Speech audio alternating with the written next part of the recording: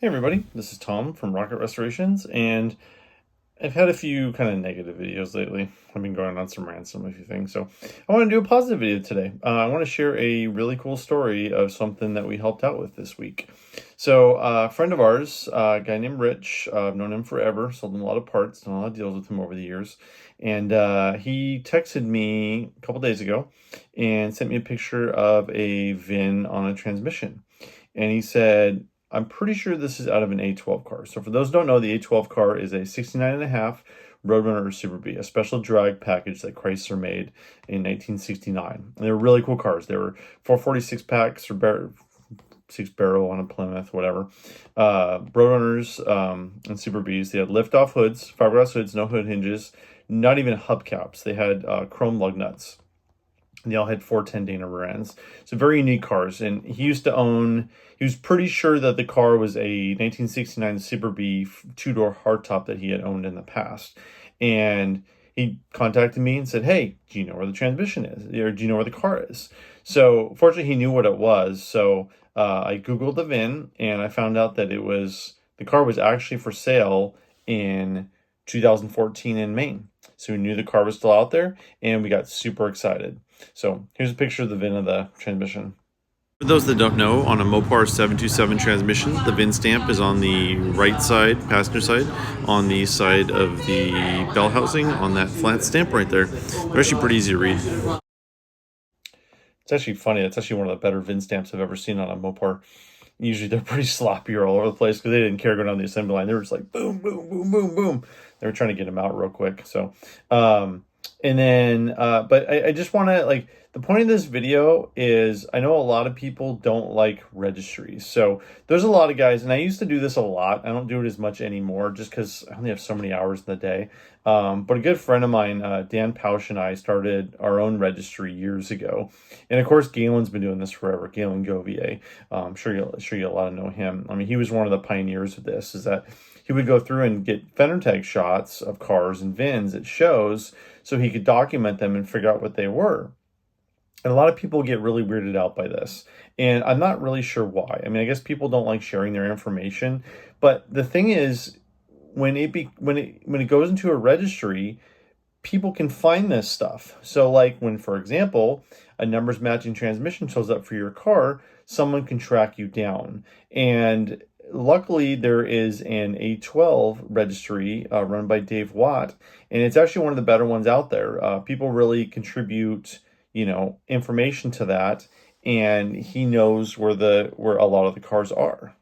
So first thing I did is I posted on Facebook. I posted it on two groups on Facebook. One group was the A12 Super Bs and Roadrunners Registry. That's a good one. And then Mopar fender tags. That's one group that people post a lot of fender tag stuff on. And it's really useful. It's good for finding stuff. And a lot of guys who run registries look at those boards and can reunite that stuff. Again, I have problems with Facebook too, trust me, in a lot of different ways, but it's still one of the better places for people to get together and find people and for stuff like this. So, and honestly, I'm not really sure how the guy found out I had it. I think he actually saw the post. He's in New Jersey, super nice dude, got to talk to him. Dave, who runs the A12 registry, actually got me a number of another guy, but it was actually a different guy. But he's in New Jersey, owned the car about 7 years, and he was super stoked. So I shared my buddy Rich's number with him, and they called, and I think they're going to make a deal. So it's pretty cool. Reunite a transmission with a car. I mean, I'm sure I'm going to get some comments here where it's like, oh, who cares? It's just a car. Who cares if numbers matching? It matters. Like, in the world of collector cars, having the numbers matching engine transmission matter. It makes the car worth more. And to me, I mean, personally, I'm a guy where I like to have a numbers matching car. There's certain cars that, like a Roadrunner without the original engine, it takes a huge price hit to me if it doesn't have the numbers matching motor and transmission.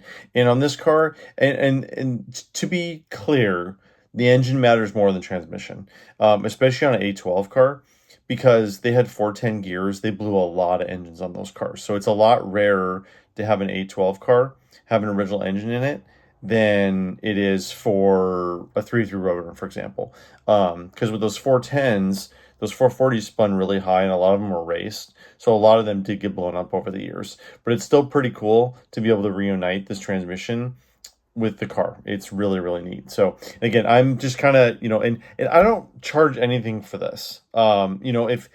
If I had that transmission in my possession, I bought it, I would just ask what the fair market price for a transmission is. So, a Core 727 anymore is $150. This one is a 093 transmission. It's the last three digits. It's 69 for 40 HP. We just had to find one for a Daytona we were doing, and that's a $750,000 transmission now. So if I had the transmission, that's all I was gonna. That would be all I would ask. I don't charge anything for this service, and I know I'm probably gonna get some emails. Ooh, do you have my original transmission? You know where it is. I mean, I do have a registry, but it's still a needle in a haystack trying to find this stuff. This stuff got separated from cars a long time ago, and it's very difficult to find this stuff. When I posted on a couple of the Facebook groups. There's Lost Cars, those guys I know that run registries. My buddy Dan Pausch runs a registry. Matt Hargis, he's on Facebook a lot. He does. Sometimes I contact Galen with this stuff. Galen still probably has the best registry out there because he's been doing this the longest. He's been doing this since the 80s. And he kept track of every car he's ever seen. Dave Wise, he has a big registry too. So when I'm trying to reunite this stuff, that's what I do. I try to contact as many people as possible to see if I can find the car. Guys, check the registries and see if I can find it. There was a recent estate sale here locally that hopefully I'm going to do a video on that pretty soon. Local estate here. And there's a bunch of Hemi blocks there. And I actually found two of the Hemi blocks. They're actually, one was in Sweden, one's in Florida. Actually, those engines haven't been reunited yet, but I'm working on it. I exchanged contact information on it. And hopefully those things can get reunited. That would be pretty cool. All right, I just want to share this. I was super excited. I love finding this stuff. There's a lot of things in this hobby that get me really excited. Reuniting paperwork with cars is pretty cool. We go to dealerships and try to find old dealer paperwork. We've done it a bunch of times over the years. Reuniting engine and trans with cars. I love doing that. It's something that, that this hobby should really be about. We just got a 70 Hemi Cuda broadcast sheet. We're trying to track that car down. It was given to us. If we find the car, I'm just going to give it to the person. By the way, if you happen to know where this Hemi Cuda is, VIN BS23 ROB 219330, we would love to hear from you. I love getting old cars running that have been sitting forever. I just, that's some of the stuff that really gets me excited about this hobby, and it keeps me coming back. So I love it. So, thanks for indulging me on this. Just wanted to share this. I thought you guys would really enjoy this, some of the process for doing this and how we find it and how we are able to reunite this stuff. So really appreciate everybody watching. This is Tom with Rocket Restorations, and we will talk to you soon.